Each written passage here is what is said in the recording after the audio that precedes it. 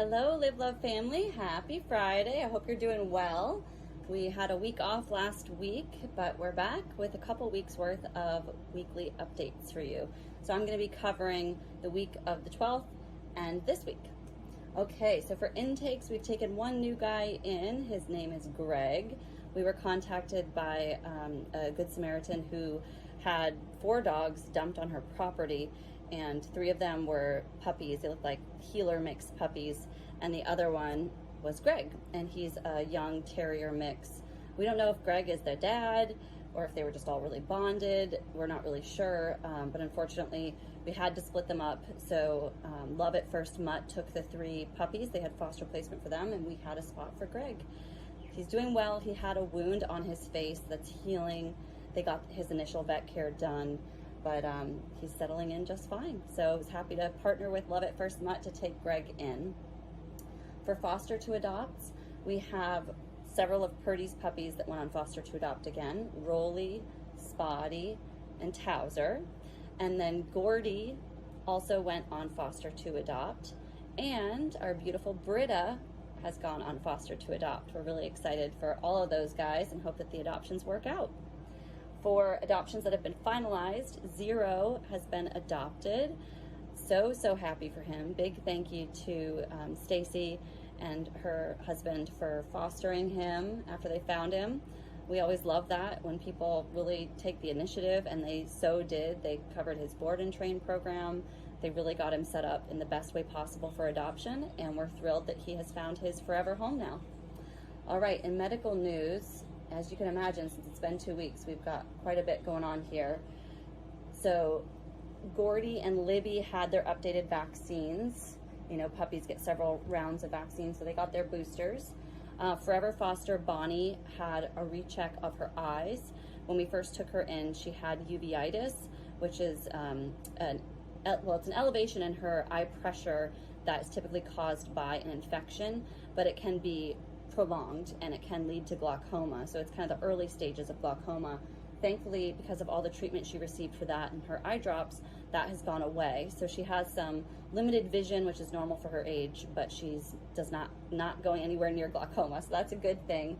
Unfortunately, the vet did find a mass, a pretty large sized mass, her lower left jaw, and it's a tooth. It's growing around a tooth. So we are going to be, well, a couple things. We're going to do more blood work and another ultrasound just to make sure that nothing else has metastasized inside, that spleen still looks the same, and that her blood work still looks good before we proceed with surgery. If all of that looks good, then we are going to proceed with a dental and a mass removal and send that out for a biopsy. Forever Foster Bubba had his skin rechecked and his allergy injections refilled. Poor guy. It's that time of year where all the dogs are getting really itchy. So we're seeing a lot of that. Families Forever Night Keys, speaking of itchy, he's got ongoing allergies. So he had his blood work rechecked for his IMT, and then he also got Apoquil and some medications for his allergies. Tibbs, who's one of Purdy's puppies, had a couple small seizures in his foster to adopt home, and so we had him checked again. He had been checked once for it because we just felt like maybe he was deaf or he was blind or there were some things that were off with him, but all of those tests came back normal, so he's not deaf and blind. But he did have these couple small episodes that we believe were seizures. It's hard to tell at his age, and usually epilepsy is not something that we see in puppies like this. So we're holding off on his vaccines for right now because this is something that started after his first puppy vaccines, and his blood work looked normal, although he is anemic right now. So we're going to be rechecking that next week, but we're just monitoring him. So more to come on that, but his neuro exam was normal, so that's a good thing. Forever Foster Fergie was seen for a UTI.